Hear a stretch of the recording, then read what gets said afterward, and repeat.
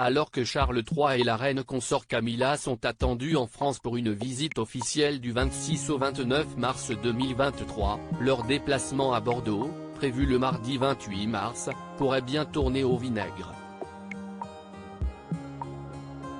La vie de roi d'Angleterre n'est pas un long fleuve tranquille et ce n'est pas Charles III qui dira le contraire. Celui qui est devenu de facto monarque le jeudi 8 septembre 2022 après le décès de sa mère Elisabeth II en sait quelque chose. Depuis qu'il a accédé au trône, les motifs de contrariété sont légion pour Charles III.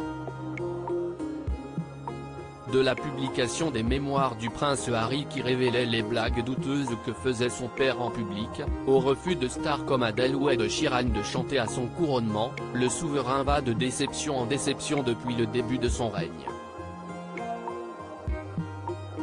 Charles III, cible de bien des animosités. La défiance à l'égard de Charles III n'est pas l'apanage des grands de ce monde et ça, l'époux de la reine consort Camilla a pu en faire l'amère expérience le 7 mars 2023, lors d'une visite officielle à Colchester, dans le sexe où il a été accueilli sous des huées. En effet, si une partie de la foule l'attendait chaleureusement pour l'acclamer, certains ne se sont pas privés pour exprimer bruyamment leur ressentiment. Réponds à tes critiques, Charles, criait l'un des manifestants dans son mégaphone, tandis que des huées prenaient le relais et que des pancartes étaient brandies sur lesquelles était écrit « Pas mon roi ».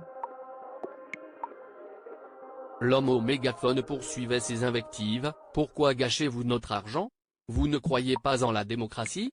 Aucun conducteur ne voudra le conduire après se camoufler sur ces terres. Charles III pourrait bien en subir un nouveau lors de sa venue en France, du 26 au 29 mars 2023.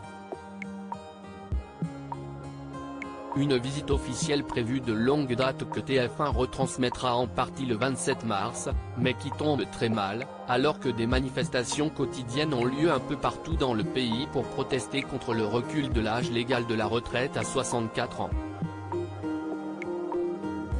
On va l'accueillir avec une bonne vieille grève générale, a notamment déclaré Olivier Besancenot, porte-parole du nouveau parti anticapitaliste, NPA, sur l'antenne de France Info.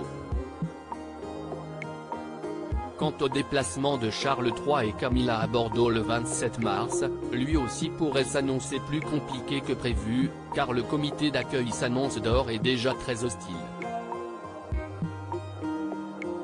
Alors que le programme est bien chargé, entre arrivée en train à la gare Seine-Jean, voyage dans une rame de tramway spéciale jusqu'au centre-ville, déambulation, visite du fabricant de cannelés Bayardran, réception à la mairie de Bordeaux, visite du château Smith-Lafitte et visite des zones sinistrées par les incendies l'été dernier, il n'est pas certain qu'il pourra se dérouler sans encombre.